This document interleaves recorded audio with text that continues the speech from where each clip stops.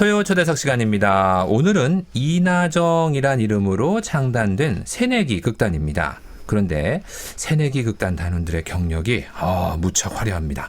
단원 모두가 10년 이상 공연을 해온 분들이라고 하는데요. 자, 많은 분들의 기대 속에 창단 공연을 앞두고 있는 단원 두 분 모셨습니다. 이성수, 황중현 두 분 스튜디오로 모셨습니다. 어서 오십시오. 안녕하세요. 네. 반갑습니다. 먼저 우리 이성수 씨부터 우리 청취자분들에게 인사 한 말씀 해주시겠어요? 네, 안녕하세요. 저는 시각장애인 연극배우 이성수라고 합니다. 네. 우리 중현 씨도. 네, 안녕하세요. 저는 이번에 성수 씨랑 같이 이나정이라는 극단을 창단한 황중현이라고 합니다. 네, 우리 중현 씨는 비장애인이시고. 네. 극단명이요. 이나정입니다. 뭐 친한 그냥 여자친구 이런 것 같기도 하고. 자, 어떤 의미를 갖고 있는지 우리 이성수 씨가 좀 말씀해 주시겠어요? 네, 저희가 이름을 어떻게 지을까 회의를 많이 했는데 네. 결론을 못 내렸어요. 그래서 이름은 나중에 정합시다. 를 줄여서 이름은 나중에 네. 정합시다 해서 이나정이 된 거예요? 네. 네. 이야, 기발한 발상인데요. 그런데 제가 앞서 잠깐 소개를 해드렸습니다마는 단원들 모두 10년 이상 공연을 해온 분들이라고 하는데 아니 어떤 인연으로 어떻게 만나서 이렇게 이나정을 창당하게 됐습니까? 이번엔 중현 씨가 먼저 말씀해 주세요. 네. 네.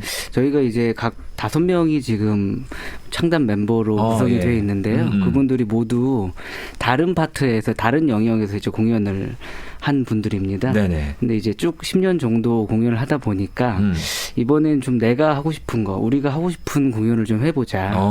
이런 뜻이 좀 모여서 이번에 좀 다들 그런 마음을 모아서 이나정이라는 극단을 창단하게 됐고요. 예. 그래서 저는 그런 마음들이 모였기 때문에 조금 더 적극적으로 또 우리가 하고 싶은 걸 마음껏 한번 놀아보자. 예. 그런 마음으로 이렇게 모이게 됐습니다. 그렇군요. 성수 씨는 이 이나정 창당 전에는 이제 다른 극단에서 계셨을 거 아니에요. 네. 네. 그러면은 뭐 스카우트 제의를 받으신 거예요? 아니면 같이 이제 공연을 하다가 만난 동료들, 그래요? 친구들, 네, 이제 같이 한번 해보자. 주로 장애인 극단에서 활동을 많이 했었는데 네. 장애인 극단이 좀 장애인 배우들이 좀 그 수동적일 수밖에 없는 여러 가지 아무래도. 한계 상황들이 있어요. 그런 것들 때문에 좀 답답함을 느끼던 찰나에 또 좋은 동료들 만나서 또 재밌게 하고 있습니다. 그렇군요. 이제 5분이라고 말씀해 주셨는데 중현 씨 그러면 비장애인하고 장애인하고 구성이 어떻게 되어 있는 거예요?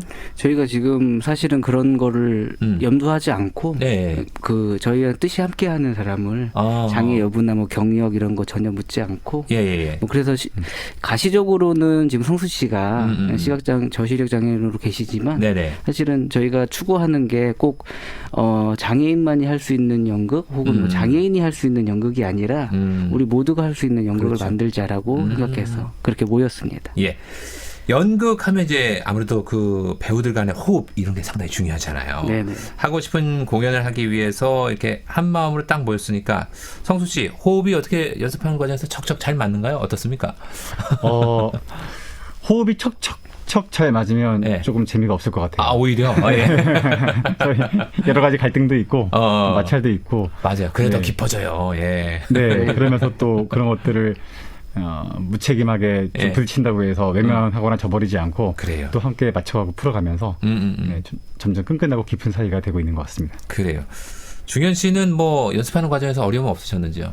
사실 저희가 각자 다른 영역에서 활동을 하다가 이번에 모였는데 그렇죠. 예. 그래서 연극에 대한 어떤 자부심이나 이런 게 각자 너무 깊어서 그래서 조금 너무 각자 잘해서 좀 의견이 좀 부딪힐 때가 있는데요. 네네. 사실은 그러기 위해서 모인 모임이라 저희는 즐거운 마음으로 싸우고 있습니다. 그렇군요. 근데 개성이 너무 달라요. 개성이 달라서 5분이 다. 네. 야, 5형제가 모이군요. 예. 그 중현 씨 같은 경우에는 이 전에는 그러면 어떤 극단에서 활동을 하셨던 거예요? 저는 한 10년 전에는 이제 인권연극제라 인권연극을 하게 됐고요. 5년 전부터는 이제 좀 소수자들을 위한 공연을 하고 있었습니다. 네. 그러면서 이제 한 4년 전에 이제 성수 씨가 계시는 이 장애인 극단에서 연출 작가 배우로 활동을 하다가 이제 성수 씨를 뵙고 이제 저분이랑 꼭 같이 해야겠다. 야. 캐스팅을 해야겠다라고 느껴서 이번에 같이 하게 됐습니다. 그렇군요. 성수 씨 그러면은 그 이 두 분 지금 오늘 나오신 성수 씨하고 중현 씨 말고 어떤 분들이 있는지 좀 그분들에 대한 간략한 소개도 부탁드릴게요. 네, 우선 저희 둘을 제외한 다른 3명을 네, 실명보다는 활동명으로 활동명이 또 있어요? 네네, 드릴게요. 네네네. 우선은 제일 연장자이신 네. 우리 뽀라 네, 형님이 계신데요. 뽀라 형님. 예. 네. 그 연출이면서 배우이면서 또 희곡도 쓰면서 또 여기저기서 다양한 곳에서 연극 선생이기도 한 분이에요. 예. 네. 네. 굉장히 능력이 출중하신 분이고요. 예. 네. 근데 요즘에 조금 컨디션 안 좋아 보여서 뽀라 형님이. 네. 예. 뽀라 내가 걱정하는 거 알고 있나? 신경 쓰이게 하지 말고 똑바로 방송 하자. 듣고 계시니까. 네. 예. 우리 뽀라 형님 힘 좀 내주시고요. 네. 예, 또 어떤 분이 계십니까? 그리고 이제 루피라고 하는 친구가 있는데요. 루피. 예. 네. 되게 어려서부터 연기를 했던 친구고, 연극영화과를 졸업한 친구고, 네, 굉장히 다재다능한 친구입니다. 예. 네. 루피, 우리 화이팅 하자. 네. 네. 그리고 우리, 썸머가 있는데요. 예. 썸머는 뭐, 의상, 분장, 뭐, 무대 디자인, 연기, 댄스, 퍼포먼스, 굉장히 다양한 면에서.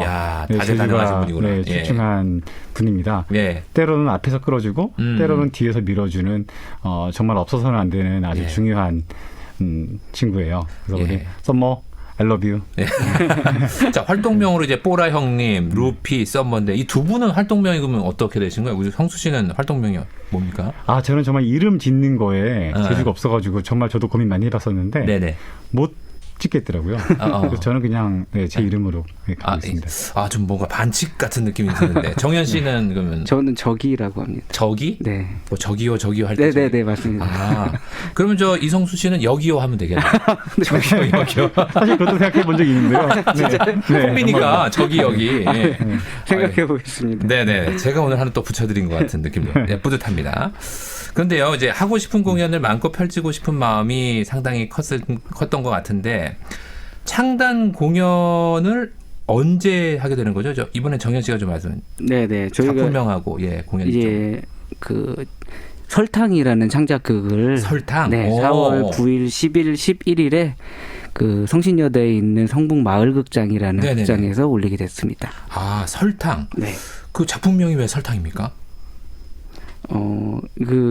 제가 이제 우연히 음료수를 마시다가 이제 뒷면을 이렇게 봤는데 거기 설탕의 함량이 굉장히 높더라고요. 그래서 이게 그렇죠, 좀 달달한. 네네. 그래서 다른 음료수도 봤는데 못지않게 높아서. 그럼요. 여기 설탕이 우리 이 주변에 굉장히 많구나. 그럼요. 요리에도 들어가는데. 네. 설탕. 그래서 이렇게 많이 있었는데 내가 몰랐구나. 네. 그래서 이런 것들을 우리가 좀 주제로 해서 같이 얘기해보는 작품을 만들면 어떨까라고 해서 지금 만들고 있습니다. 성수 씨는 이 설탕이라는 제목이 마음에 드시는지요? 네. 전 너무 좋아요. 어떤 면에서? 사실 저는 아까도 말씀드렸지만 이름이나 제목을 저는 잘 모르거든요.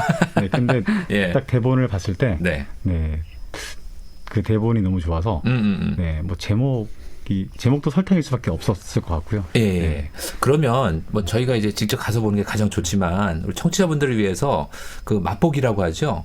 그 내용을 잠깐 소개해 주신다면요.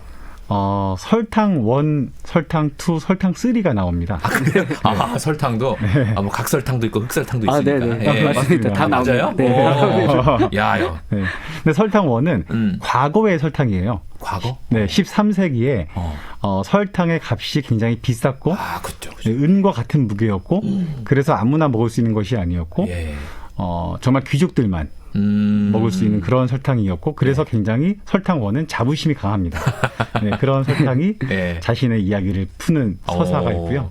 설탕 2는 21세기 현재 있는 설탕인데 사람들이 설탕을 단 것을 좋아하기도 하면서 동시에 살찐다고 다이어트 때문에 또 기피하기도 하는 그렇죠. 그런 설탕인 거예요. 21세기 현재 설탕인데 그런 와중에 그런 세상에서 적응하고 또 더 인정받기 위해서 가진 노력을 하는 그렇죠. 조금 애처롭기도 한 그런 설탕이고요. 마지막으로 설탕 3는 서기 3605년 네? 미래네, 먼 미래. 네, 37세기. 네, 아주 먼 미래에 있는 저희는 설탕인데요. 뭐 경험해 볼 수 없는. 네, 근데 이제 인간들로부터 독립하기 위한 그래서 인간을 상대로 전쟁을 벌이고 있는 네, 설탕이에요. 네네네. 네, 근데 이제 그들의 신, 네, 당신. 께 맹세를 하고 이 지금 불리한 전쟁을 승리로 이끌기 위해서 자신을 희생하기 위한 그런 각오를 하고 있는 그런 맹세를 하고 있는 네, 그런 설탕의 이야기들입니다. 당신 하니까 갑자기 이제 저 백종원 씨가 생각나네요. 아, 네. 괜찮지요? 하면서 네. 막 부려요? 하면서 인물 설정이 지금 말씀 들어보니까 참 독특한데 정현 씨, 그 관객들에게 주고 싶은 메시지가 있을 것 같아요. 네, 그 내부적으로는 저희가 조금 이 무거운 주제, 뭐 장애를 비롯해서 소수자들의 어떤 무거운 주제에 대한 좀 압박이 있었는데요. 네. 그런 걸 좀 탈피해서 그냥 재밌고 아무 의미 없어도 우리끼리 좀 하는데 뭐 대사가 많아도 아니면 뭐 동선이 꼬여도 이런 좀 내부적인 함의가 있었고요. 네. 외부적으로는 아까 말씀드렸다시피 이제 우리 눈에는 안 보이지만 어디에나 있는 것들을 저는 좀 소수자라고 생각을 해서 그래요. 근데 그런 사람들이 어떻게 살아가는지를 좀 풍자하고 희화적으로 좀 부조리하게 보여주고 싶은 마음에서 작품을 만들게 됐습니다. 그래요. 성수 씨, 그 창단 공연인 설탕 이제 흥행에도 꼭 성공하기를 저도 기원하겠습니다. 4월 9일 금요일부터 11일까지, 그러니까 4일 동안 성북 마을극장에서 펼쳐질 설탕이라는 공연, 여러분들 많은 방문 부탁드리겠습니다. 오늘 이렇게 귀하신 시간 내주셔서 감사합니다. 반갑습니다. 네, 감사합니다. 반갑습니다. 극단 이나정의 이성수, 황중현 두 분과 인터뷰 나눠봤습니다. 이적의 노래 이어드리죠. 선물.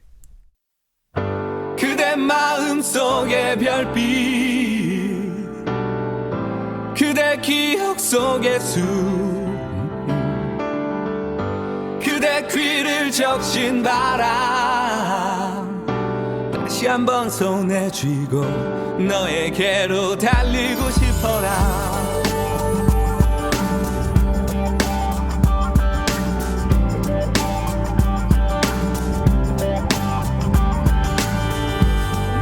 작고 못난 떠돌이, 허나 그대 너무 찬란한 태양, 보잘것없는 내 사랑이 소리 없이 힘이 되어 그 한숨 거둘 수만 있다면 그대 마음속의 햇살, 그대 기억 속의 강, 그대 눈을 덮은 들판, 다시 한번 손에 쥐고 너에게로 달리고 싶어라. 아주 오래전도 아니지, 하긴 어쩌면 오래된 이야기, 우리 처음 맛본 사랑이 희미하게 아스라이 혀끝에 맴돌고만 있듯이 그대 마음속의 별빛, 그대 기억 속의 숲, 그대 귀를 적신 바람, 다시 한번 손에 쥐고 너에게로 달리고 싶어라. 다리를 건너 계곡을 지나 꿈꾸던 저 비밀스런 추억을 찾아 눈물방울과 더운 입김까지 나의 품에 안고 그대에게로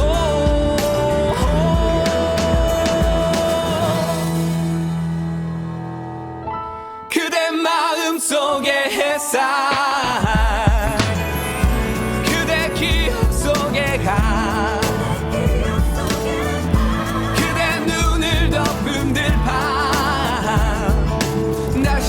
손에 쥐고 너에게로 달리고 싶어라.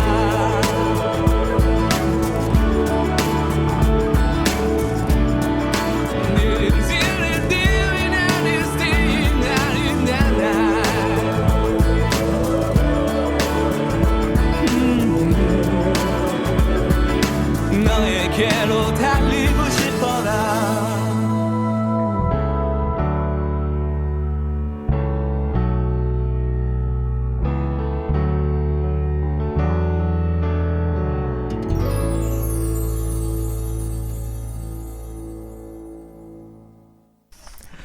우리 동네 책방 시간입니다. 시각장애 여성 장근영 씨가 쓴 자전적 에세이죠. 어쩌려고 혼자 다녀. 낭독에는 KBS 성우 이지선 씨입니다.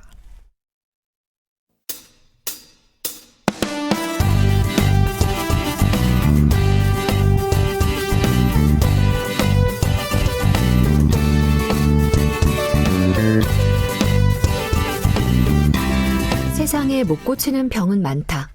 흔하게 고혈압, 당뇨병도 못 고치는 병 아닌가?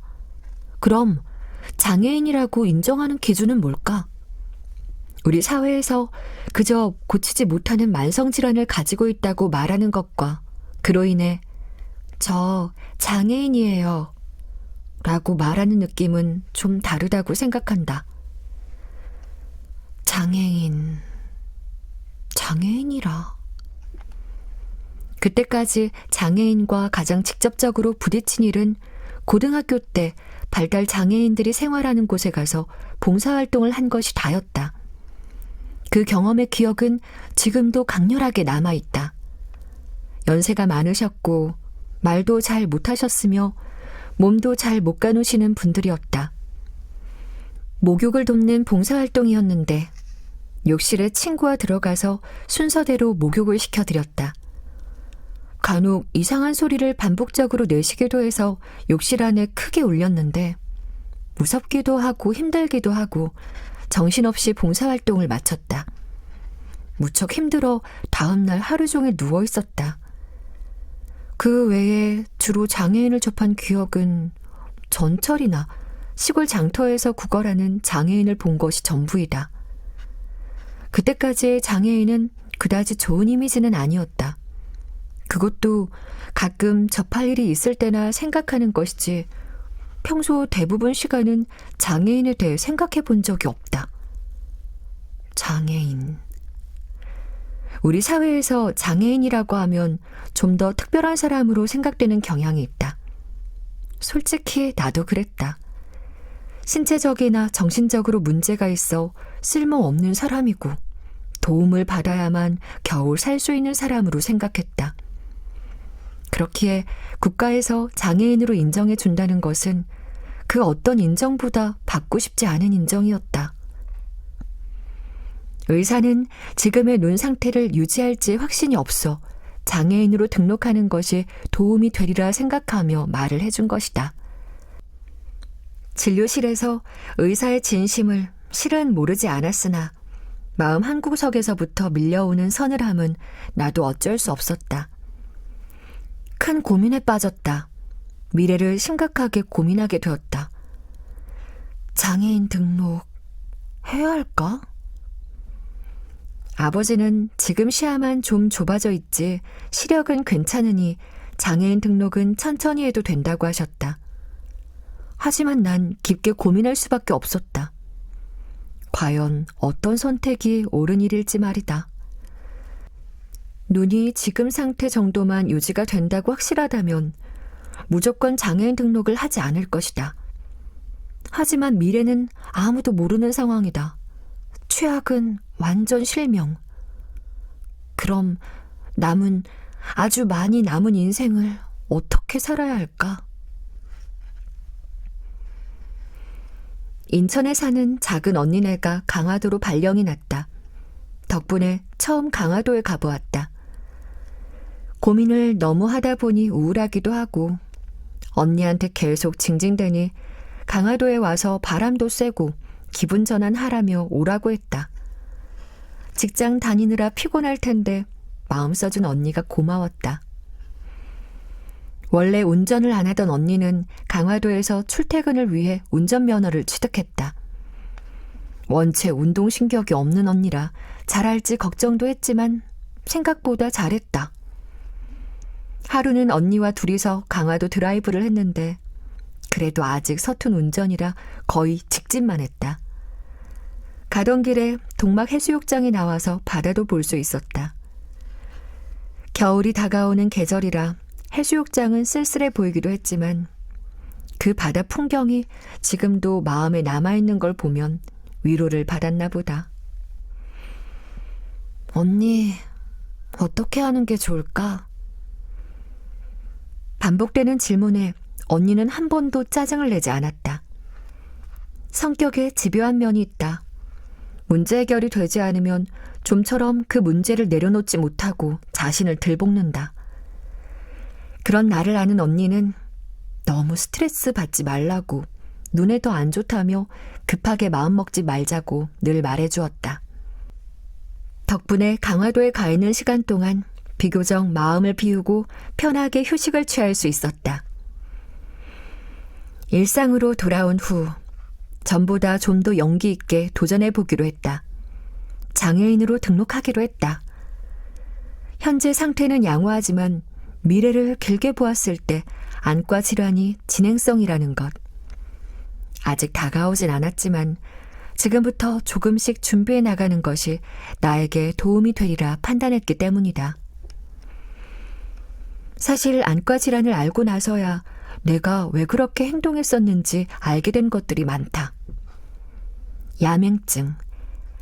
대부분 야맹증은 비타민 A가 부족해 생긴다고 알고 있지만 그렇게 영양소가 결핍되어 야맹증이 생기는 일은 흔한 일은 아니었다. 그리고 좁아진 시야였다. 어려서부터 이상한 일들이 있곤 했다. 초등학교 친구들과 발야구를 하는데 멀리서 오는 공을 분명히 보았음에도 꼭 헛발질해서 아쉬워했던 일. 앞에 물이 담긴 컵을 보았는데도 기가 막히게 그걸 발로 차버리는 일. 계단을 내려갈 때 계단이 무섭게 느껴져 고개를 푹 숙여 조심히 다녔던 일. 식탁에 매일 부딪힌 일 등등. 기억을 더듬어 보니 너무 많다. 그중에 매우 위험천만한 일도 있었다. 사실 난 운전면허증이 있다. 대학교 2학년 때 취득했다. 지금 생각하면 아찔한 일이지만 운전 실습할 때 나는 보지 못했는데 운전 실습 선생님이 왜 그러냐며 길 밖으로 떨어질 뻔했다고 야단을 친 적이 있었다. 영문을 몰라 선생님이 이상하다고 생각했다. 잘 가고 있는데 괜히 난리라고 말이다. 근데 아니었다. 내가 보지 못하는 세상이 있었던 것이다. 주로 덜렁대서 생기는 일들이라고 생각했고 누군가가 구박하면 대수롭지 않게 넘기고 말았는데 실은 시야가 좁아져 전부를 보지 못하여 생긴 일이었던 것이다. 이런 상황을 보았을 때 안과 질환을 밝히고 살아가는 편이 좋으리라 판단했다. 다른 사람에게 피해를 주어도 일부러 그런 것이 아니라는 것. 또 꼭 피해를 주지 않더라도 나의 다른 행동에 대해 원인을 알려주는 것이 마음 편하게 살 수 있는 길이라 판단했다. 그리고 더 중요한 것은 취업이었다. 직장 생활을 하면서 질환과 상태를 오픈하고 적합한 직무로 일을 하는 것이 나에게도 좋고 고용하는 사람들에게도 좋을 것이다. 사실 그 어떤 것보다 이 점이 장애인 등록을 하게 된 결정적인 이유였다. 하지만 그때 너무 가볍게 생각한 사실이 있었다. 진행성. 당시 눈 상태는 교정 시력 0.7에 시야가 좀 좁아진 정도의 경증 상태였다. 미래를 생각한다고 했지만 정말 더 눈이 나빠졌을 경우의 수를 좀 더 깊게 생각하지 못했다. 좁아진 시야만 생각하고 시력이 더 나빠지리라는 것을 고려하지 않았다. 왜 그랬을까? 시각장애인으로 사는 방법을 전혀 고려하지 않고 무작정 덤비기만 했다. 병의 특성을 좀 더 이해하고 나와 같은 사람들이 어떻게 사는지도 좀 알아보고 했으면 더욱 좋았겠다는 생각이 든다. 그렇지만 후회가 되는 것은 아니다. 장애인의 삶으로 들어가면서 약간의 시행착오를 한 것뿐이었고 누구에게나 있는 그런 경험은 사는데 도움이 된다.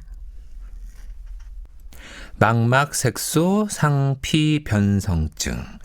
이 병명이 참 어렵습니다만은 망막색소 변성증은요, 이 유전자 변이로 생긴 질환인데요. 저자가 그랬듯이 초기에는 어두운 곳에서 잘 안 보이는 야맹증이 나타나고 이후 서서히 시력이 떨어지면서 나중에는 실명에 이르는 안과 질환입니다. 그러니까 진행형의 질환인 건데요. 저자도 의사에게 들어 병에 대해서는 알았지만 실명 후 어떻게 살아야 하는지에 대한 준비를 하지 못한 것에 대한 아쉬움을 드러내고 있습니다. 혹시라도 우리 저자와 같은 병을 진단받은 분들, 머지않아 앞을 볼 수 없게 된다는 슬픔에 빠져 있기보다는 시력을 잃은 후 살아가는 방법에 대해 준비해 두시면 좋지 않을까 싶은데요. 중도 실명한 분들, 그리고 시각장애에 대해서 이해를 높이기 위해 비장애인이 알아두면 좋은 장근영 작가의 자전적 에세이 어쩌려고 혼자 다녀. 노래 한 곡 듣고 계속해서 이어드리겠습니다. 라나의 로스포가 부릅니다. 사랑은.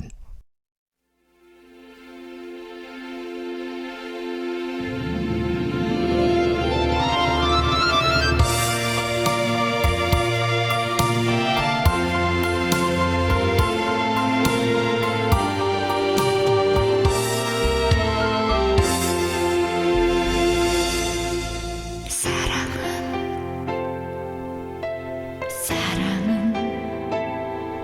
어디서 오는 걸까? 사랑은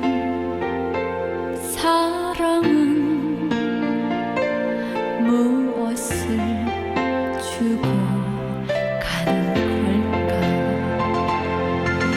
난 사랑을 모르지만 난 그대 마음 알 것 같아. 나의 모든 것 다 주어도 아깝지 않는 당신이었기에 이 세상 모두를 다 준대도 그대의 마음만 하오리까. 난 사랑을 모르지만 난 그대 마음 알 것 같아.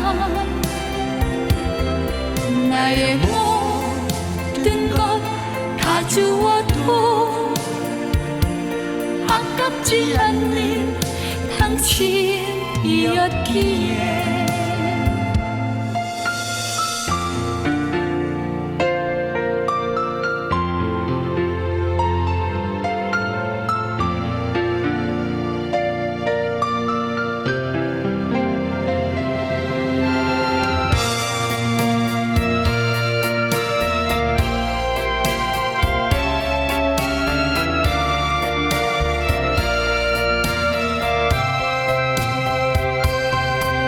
난 사랑을 모르지만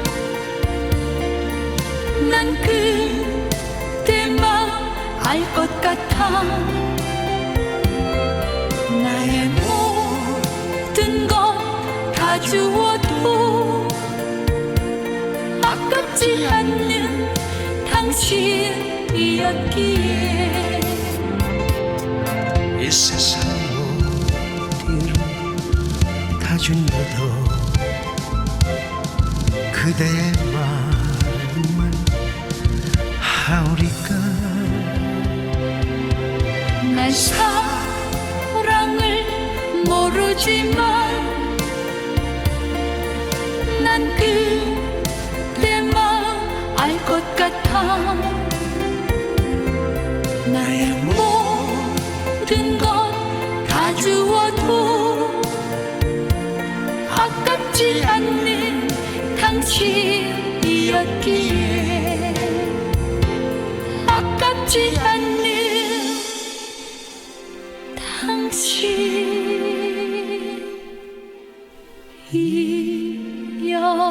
당신이었기에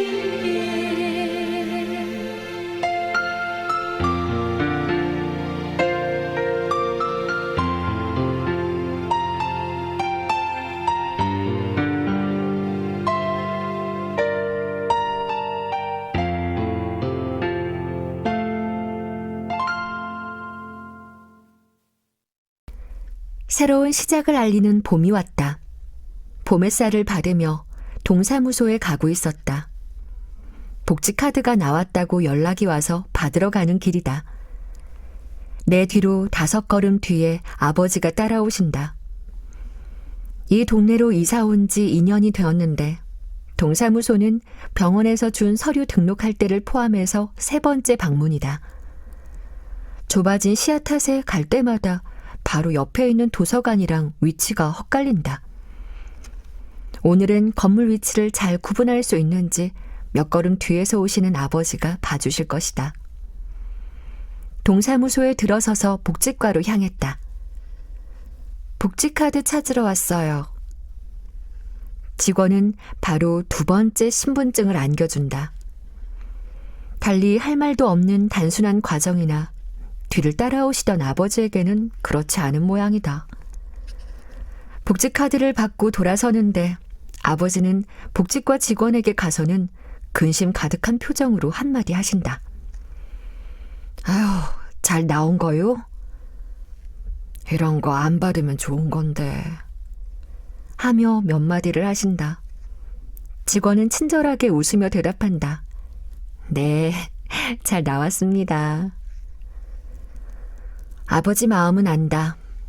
세상 어느 부모가 자식이 장애인 등록증을 받아 나오는데 아무렇지 않을 수 있겠는가.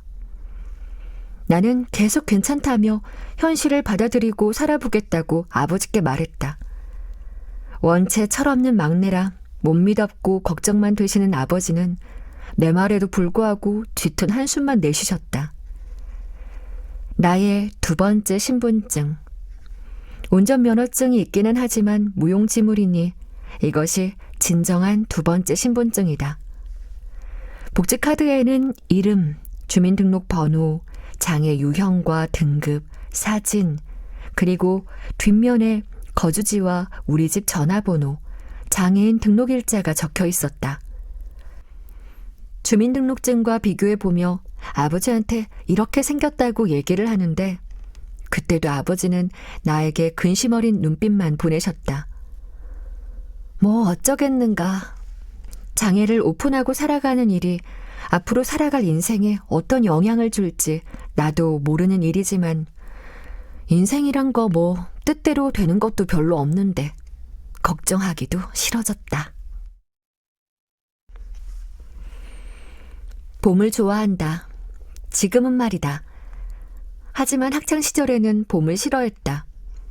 늘 걱정이 앞서고 긴장을 많이 하는 성격 탓인지 새로운 출발, 새 학기에 대한 설렘은 한 0.1% 뿐이었고 긴장되고 어색하기만 해서 봄은 참 힘든 계절이었다. 뺨을 차갑게 스치고 지나가는 3월의 공기가 무척이나 싫었다. 나이가 들면서 봄 기운을 조금씩 알아가기 시작했다. 20대부터였던 것 같다. 불확실하고 두려운 미래는 마찬가지였지만 그래도 막연하게나마 무언가를 할 수 있을 것 같은 희망이 생겨나기 시작했다. 떨림과 설레는 희망과 기대의 계절 봄. 장애인으로서 취업하기로 마음먹은 계절이 바로 봄이었다. 인터넷에 장애인 취업이라고 검색을 하니 워크투게더라는 사이트가 나왔다. 들어가 보니 장애인 취업 포털 사이트. 빙고. 제대로 들어온 것 같다. 인터넷 검색할 때 좀 단순하다. 원하는 것이 나오면 그것만 돌진해서 본다. 다양성이 떨어진다고나 할까? 사이트는 마음에 들었다. 장애 유형과 원하는 직종, 근무 지역 등에 따라 구직을 검색할 수 있게 되어 있었다. 시각장애, 그리고 사무직이 포함된 직종에서 검색 엔터. 이렇게 검색을 했다. 그런데 검색 내역이 없습니다. 젠장. 이젠 검색도 못하나 성질을 내며 다시 검색을 해봐도 마찬가지였다. 뭐지? 혹시나 싶어 다른 장애 유형으로 검색하니 무지하게 많이 뜬다. 아, 시각장애인이 할 수 있는 일이 별로 없나? 검색을 잘 못해서 그런 건지 시각장애 유형으로 검색해서 얻을 수 있는 구직 구인의 정보는 많지 않았다. 다른 사이트는 장애인 구직을 알아보기가 어려웠기에 이 사이트를 무식하게 계속 두드려 보기로 했다. 두드리다 남은 시간에는 이력서와 자기소개서를 다듬었다. 이틀 뒤인가 검색을 하니 2개가 떴다. 2개가 모두 콜센터였다. 그중에 마음에 들어온 것은 병원이었다. 병원 콜센터. 업무가 전화 예약이라고 되어 있었다. 참 예민하고 조심스러운 것 같으면서도 아닌 내 성격. 마음에 드는 게 이것밖에 없는데 넣어보자. 그동안 써놓은 이력서와 자기소개서를 좀 수정했다. 병원 홈페이지에 들어가 어떤 병원인지 알아본 후 병원을 마치 이미 알고 있었던 것처럼 몇 마디를 덧붙이고 콜센터에 내가 적합한 인재라는 말들을 추가하여 이메일로 보냈다. 하고 싶은 일인지에 대한 생각보다는 시각장애인에게도 기회가 주어진 일이니까 한번 도전해보자는 심정이었다. 이메일을 보내고 나서 콜센터니까 앉아서 전화만 받을 테고 돌아다니지 않을 테니 사고는 치지 않겠군 하고 생각했다. 지금에 와서 보니 장애인이 취업하는 데는 인터넷으로 구직을 할 수도 있지만 한국장애인 고용공단에 문의해서 취업훈련 과정을 통해 기업에 취업할 수도 있었고 다른 방법도 얼마든지 있었다.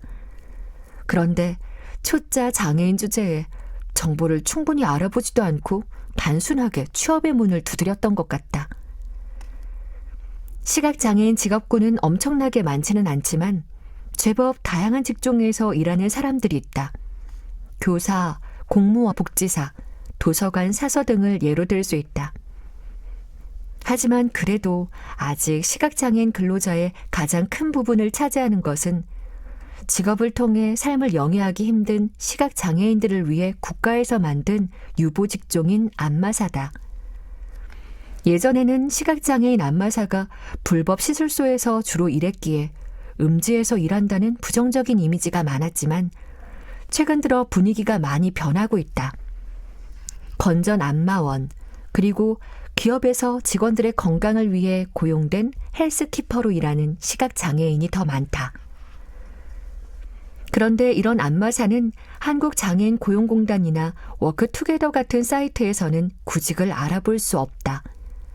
안마사 구직을 한국장애인 고용공단에서 시각장애인 복지관에 위탁하여 운영하기 때문이다. 시각장애인의 직업 생활에 대해 전혀 아는 것이 없던 나는 시각장애인이 가장 많이 종사하는 업종이 안마사인 것도 몰랐다. 너무 아는 것 없이 장애인으로 구직을 시작한 것은 아쉬우나 그래도 그때는 장애가 경증이었기에 고민 없이 콜센터에 지원을 했다.